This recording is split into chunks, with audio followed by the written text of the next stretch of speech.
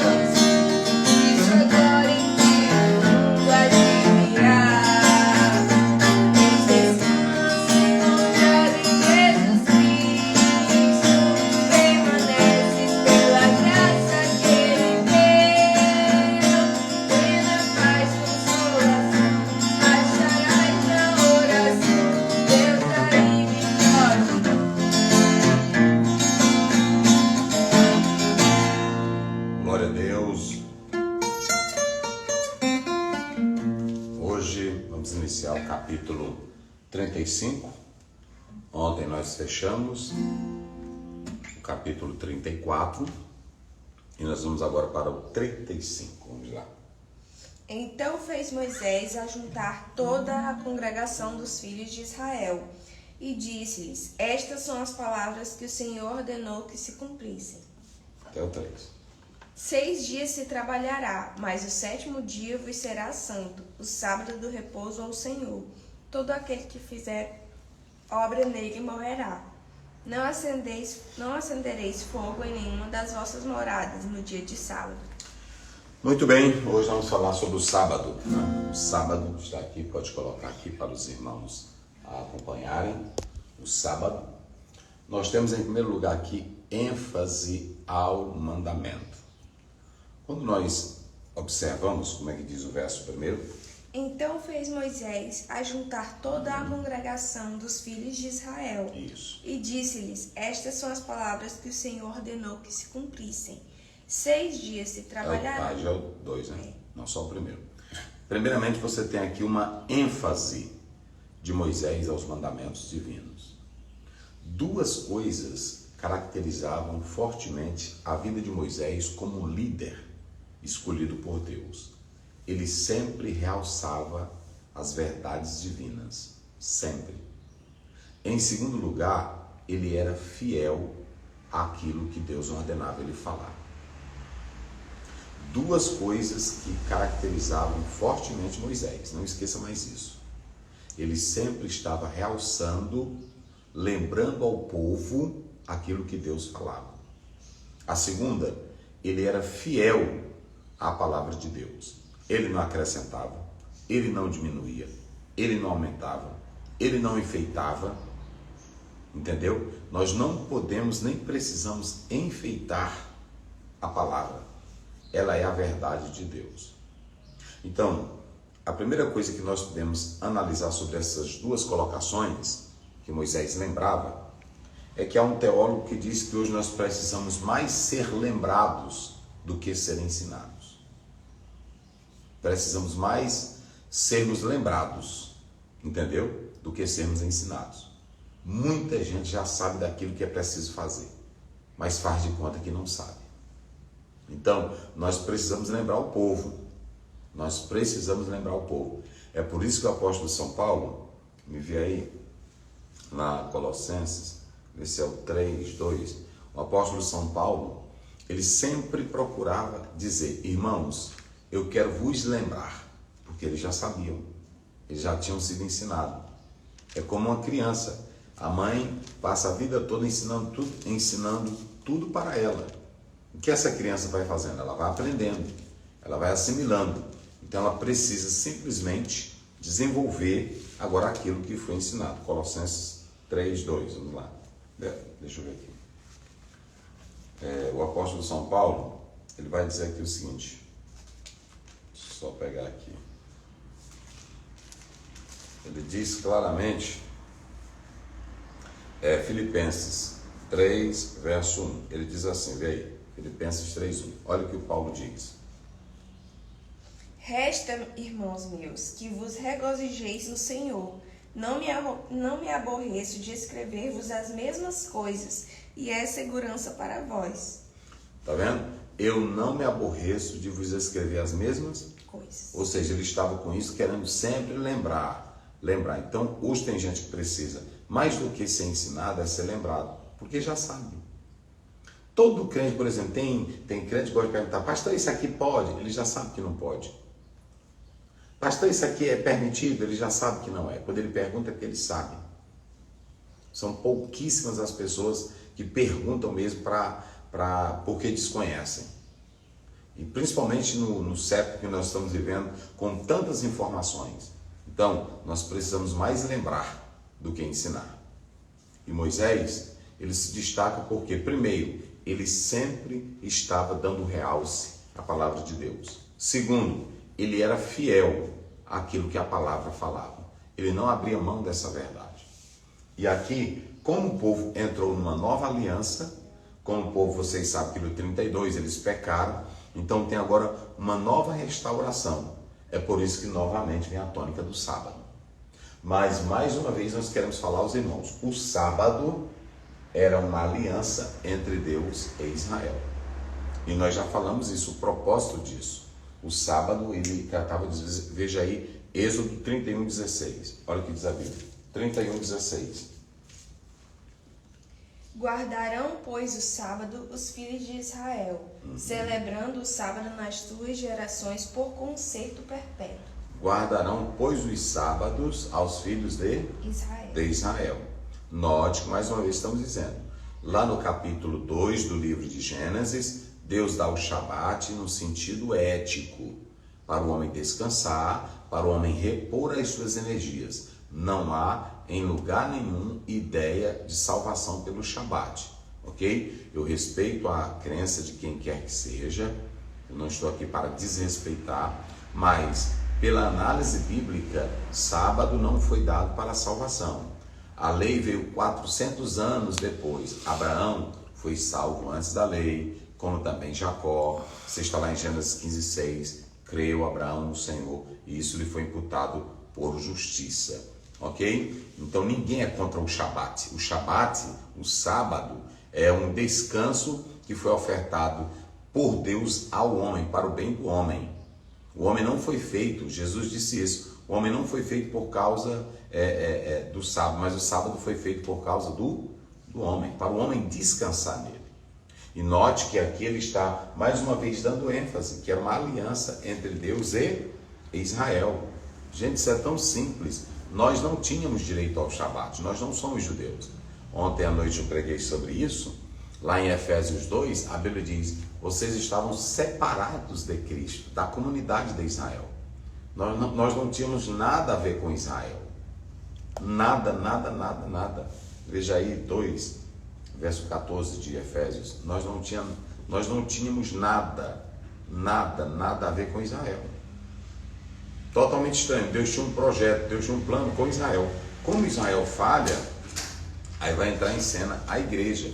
E é a partir da igreja, diferentemente de Israel, que é samaritano, gentil, grego, romano, todos poderiam se converter em Cristo e aí passava a ser o novo Israel espiritual de Deus. É 2 o quê?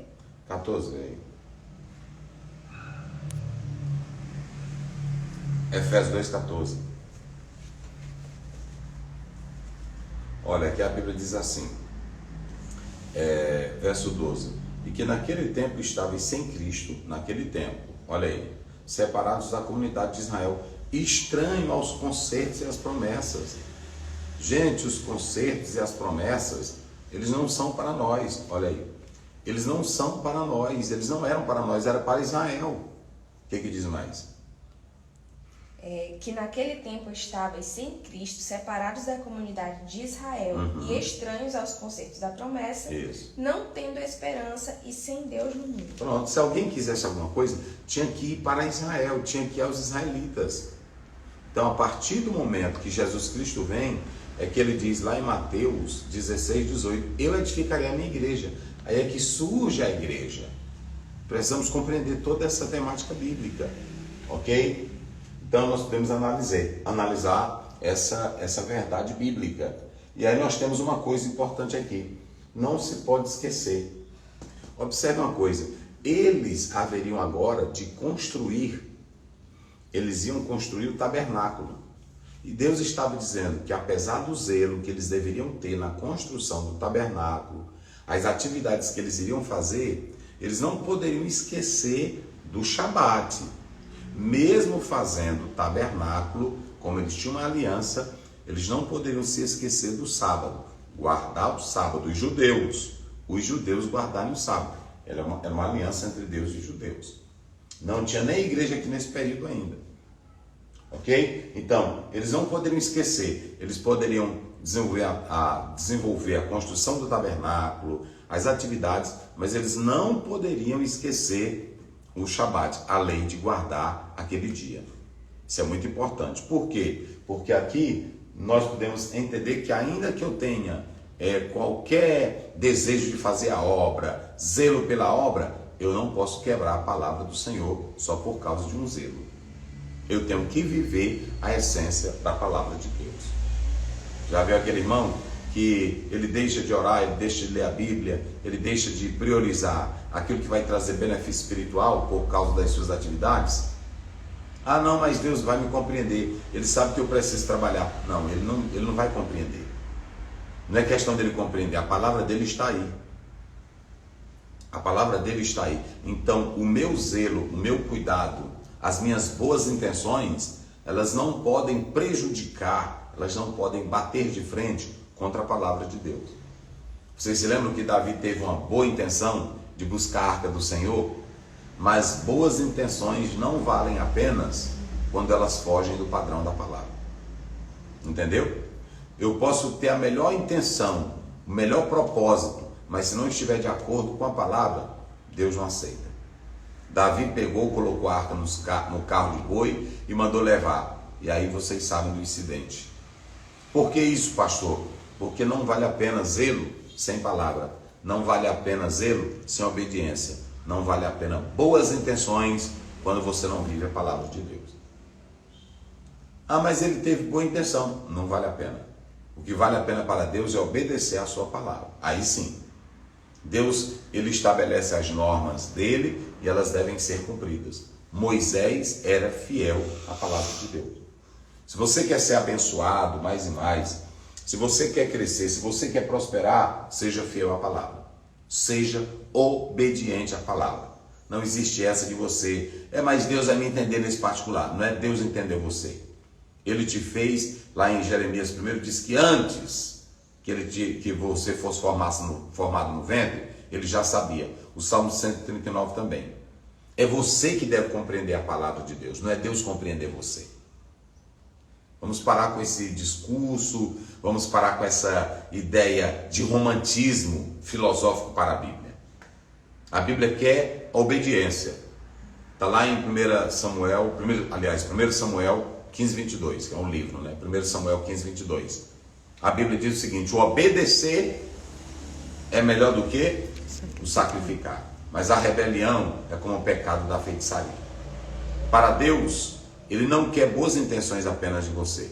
As boas intenções que ele quer de nós é quando nós obedecemos a palavra dele. Então, gente, precisamos compreender isso. Deus age pela palavra. Deus age pela verdade. Você quer ver como Deus não age pelos sentimentos? A Bíblia conta a história de um profeta que ele mandou profetizar contra o altar. E Deus disse: não encoste na casa de ninguém, vá por outro caminho, não beba vinho e volte. E ele fez isso, profetizou, todo mundo se admirou, voltou por outro caminho, mas de repente o profeta velho foi lá e disse assim: olha, eu quero que você vá na minha casa. Ele disse: não, eu recebi a ordem de Deus para voltar por um caminho diferente, não encostar na casa de ninguém, não beber vinho. Aí ele disse: não, mas o Senhor também falou comigo. E ele disse que era para você ir. Olha, Deus não tinha falado com o profeta, quem estava falando era um homem. Resultado, Deus ordenou o leão matar aquele homem. Aí você diz: mas meu Deus, ele foi enganado, o profeta velho enganou ele não tem culpa. Ele tinha culpa sim, porque quem tinha dado a ordem para ele não era o profeta velho, era o Deus eterno. Então a palavra de Deus, ela não pode ser quebrada em hipótese nenhuma.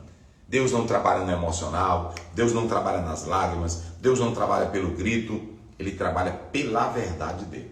Se a palavra está aí, obedeça e você vai ter sucesso. Então, ainda eles agora iriam se colocar num grande projeto, a construção do tabernáculo. Mas, mesmo envolvidos com a construção do tabernáculo, eles não poderiam esquecer, eles não poderiam deixar de cumprir esse mandamento bíblico. Ok? Verso 3, veja como é que diz. Verso 3. Não acendereis fogo em nenhuma das vossas moradas no dia de sábado. Não acendereis fogo. Naquela época, para um judeu acender fogo, não era como hoje, que você vai lá no fogão e liga o bujão, liga o fogão, não era isso. Naquela época, acender fogo era ir no mato, era pegar a lenha, cortar a lenha, era todo um processo. E aí envolvia todo um ato de trabalho. E Deus disse assim: eu não já disse que esse dia é o dia para vocês descansarem? Era a ordem de Deus. Mas muitos, naquele dia, que era um dia para eles buscarem a Deus, orar, se santificar, consagrar, eles pegavam esses dias, eles pegavam esse momento, e o que acontece? Eles não valorizavam.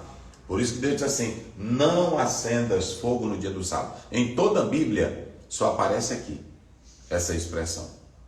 Ok? Israel tem judeu tão ortodoxo, tão rígido, que eles não ligam nem o fogão. Eles acham que esse fogo industrial também é trabalho, é resultado de trabalho. Então eles não acendem. A rigidez deles é muito pesada. Entendeu? Então, o que Deus quer mostrar aqui para nós é que esse dia era um dia para descansar e estar em intimidade com Deus. Agora, nós temos que ter todo cuidado para que o trabalho não roube de nós o momento de Deus. Vamos aí, Lucas 10, 41. Lucas 10, 41. Olha o que diz a Bíblia, palavra de Deus. E respondendo Jesus, disse-lhe: Marta, Marta, estás ansiosa e afadigada com muitas coisas, mas uma só é necessária, e Maria escolheu a boa parte, a qual não lhe será tirada. Olha, gente, como isso aqui é tão atual. Olha, lê de novo, vamos lá. Marta, Marta, olha aí, estás ansiosa e olha, afadigada. Primeiro, olha o que a ansiedade faz. A ansiedade vai gerando o cansaço, né? As preocupações, né? A fadiga, o que mais? Muitas ocupações, não é isso? Muitas ocupações.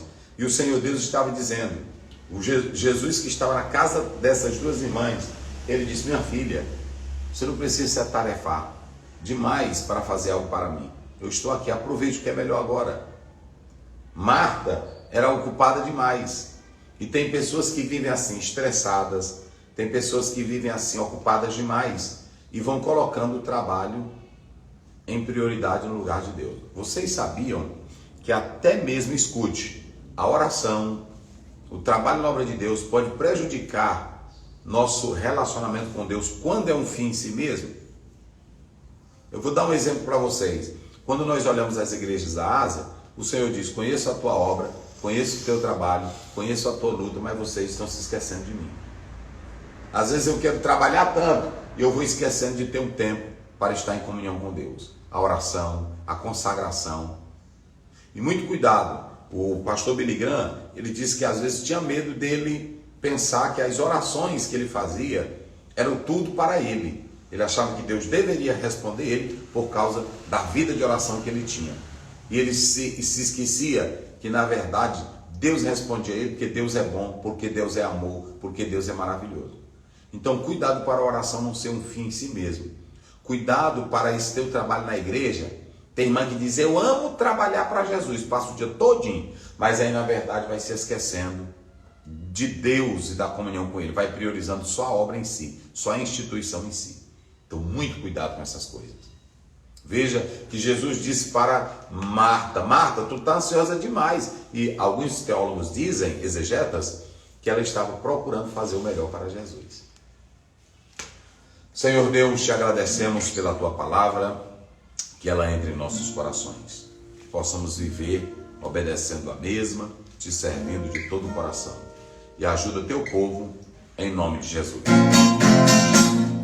Shabbat Shalom, Shabbat Shalom, Shabbat, Shabbat, Shabbat, Shabbat Shalom, Shabbat Shalom, Shabbat Shalom, Shabbat, Shabbat, Shabbat, Shabbat Shalom, Shabbat, Shabbat, Shabbat, Shabbat Shalom, Shabbat, Shabbat, Shabbat, Shabbat, Shabbat, Shabbat Shalom, Shabbat Shalom, Shabbat, Shabbat, Shabbat, Shabbat Shalom, Shabbat Shalom, Shabbat Shalom, Shabbat, Shabbat, Shabbat, Shabbat Shalom, Shabbat Shalom, Shabbat Shalom, Shabbat, Shabbat, Shabbat, Shabbat Shalom. O irmão Tiago Luiz pediu para mandar um alô para Saquarema. Saquarema, os irmãos Acho que de é Saquarema, Rio de Janeiro. Deus abençoe, Rio de Janeiro. O irmão Olivan Pereira dos Santos diz que o filho dele está completando 9 aninhos hoje. Pediu para orar por ele. Irmão Olivana, é isso? Isso. O menino completa 9 anos, né? 9 anos. Provérbio 22:6, ensina a criança no caminho que deve andar, e ao crescer não se desviará dele. Joelma, mandar um alô aí para Joelma. Joelma, Deus te abençoe. Na Argentina. Na Argentina. A irmã Irenise pede para você parabenizar o irmão Sérgio de Itapecuru-Mirim, que ele sempre acompanha essa programação e hoje ele está aniversariando. Irmão Sérgio, número 6, 23, 24, o Senhor te abençoe e te guarde, o Senhor faça o seu rosto resplandecer sobre ti, o Senhor tenha misericórdia de ti e o Senhor te dê a paz. Parabéns, muitas felicidades. E a irmã Elisângela pede oração por um sobrinho dela, Gael, que está quase um mês na UTI, em estado gravíssimo. Gael, ela é de Formiga, Minas Gerais. Deus abençoe e possa curá-lo conforme a vontade dele. Pai Santo, Pai querido, te agradecemos pela vida de todos que estão aniversariando. Traz paz, prosperidade, que os sonhos, desejos, anelo no coração de cada um sejam realizados conforme o teu querer e a tua vontade. Que essa data seja portadora de muitas outras na vida dos teus filhos e que eles continuem te servindo em espírito e em verdade. Esta pessoa que está hospitalizada, que pede oração, ó Deus, por ela nós rogamos pelo teu poder e nós cremos na autoridade do nome de Jesus para perdoar pecados, para expulsar demônios e para curar os enfermos. O Senhor nos ordena orar pelos enfermos e agora em nome de Jesus repreendemos essa enfermidade. Intervém com um milagre agora, Senhor. Visita aquele irmão ali no hospital. Levanta pelo teu poder. Se tu tens um propósito especial na vida dessa pessoa, cura agora para a glória do teu nome, para o louvor do teu nome, para a exaltação do teu nome. Em nome de Jesus. Amém. Deus abençoe.